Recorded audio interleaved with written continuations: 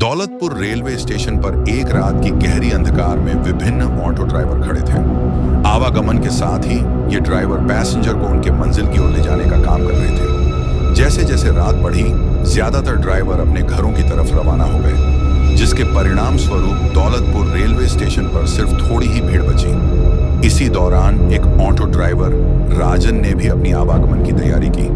वह भी ड्राइव करके घर जा रहा था, लेकिन फिर उसे याद आया कि एक पैसेंजर ट्रेन की आवागमन का समय है। इसके बाद राजन और कुछ और ऑटो चालक ट्रेन की प्रतीक्षा में रुक गए। जब रात बढ़ती चली गई तो बादलों ने आसमान को काले चादर से ढक दिया, जिससे चांद की किरणें समाप्त हो गईं। अचानक ही बादल गरजने लगे और बिजलियां चमकने लगीं, जिसके चलते आवागमन बिल्कुल अंधकार में हो गया। तभी पैसेंजर ट्रेन स्टेशन पर आई। ड्राइवर राजन का ध्यान ट्रेन से उतरते हुए एक युवती की ओर गया। उसके कंधे पर एक बैग और हाथ में एक सूटकेस था।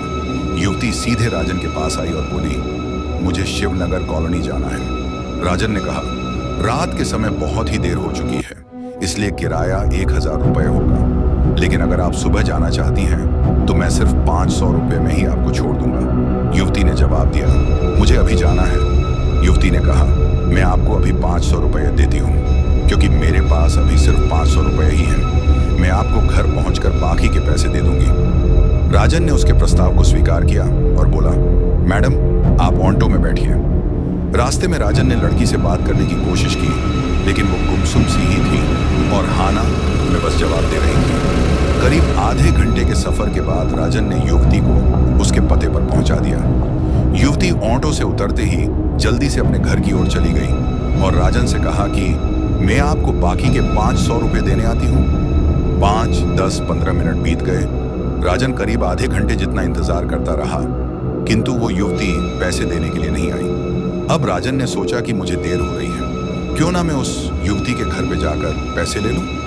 वो उसके घर चला गया। घर का दरवाजा एक बुढ़िया ने खोला। राजन ने उससे कहा कि एक मैडम यहाँ ऑटो से आई थी, उन्हें मुझे मेरे 500 रुपये देने हैं, वो अब तक पैसे लेकर बाहर नहीं आई। बुढ़िया ने हैरानी से पूछा, कौन मैडम? यहाँ तो मैं और मेरे पति के अलावा और कोई नहीं रहता है। हाँ, मेरी बेटी पहले रहती थी, लेकिन वो 3 सालों से यहाँ नहीं रह रही है। राजन बोलने लगा, क्यों, अब वो कहाँ रहती है? मैंने शायद आपकी ही बेटी को यहाँ तक छोड़ा है, आप एक बार अच्छे से देखिए। बातों ही बातों में राजन की नजर सामने दीवार पर गई। वहां उसी लड़की की तस्वीर लगी हुई थी जिसे वो ऑटो में बैठा कर लाया था। राजन ने बुढ़िया से पूछा, वो दीवार पर जिसकी तस्वीर लगी है वो आपकी बेटी है? बुढ़िया ने जवाब दिया, हाँ वही मेरी बेटी है। क्यों, क्या हुआ? तुम ऐसे क्यों पूछ रहे हो? जवाब सुनते ही राजन बोल पड़ा, माताजी मैंने कहा था ना कि मैं आपकी बेटी को ही घर लाया हूँ, यही मेरे साथ ऑटो में बैठ कर आई थी। आप अब जल्दी से मेरे पैसे दे दीजिए। देखिए सुबह भी हो गई है, मैं कब से यही खड़ा हूँ। माताजी ने दुखी मन से कहा, बेटा ऐसा नहीं हो सकता। हाँ ये मेरी बेटी है, लेकिन 3 साल पहले ये ट्रेन के नीचे आकर मर चुकी है, इसे तुम कैसे घर ला सकते हो?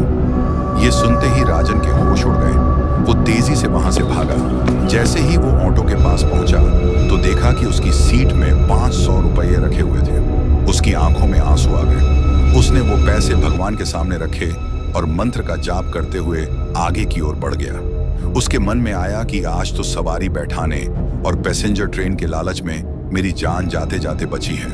उस दिन से राजन ने रात को ऑटो चलाना ही बंद कर दिया।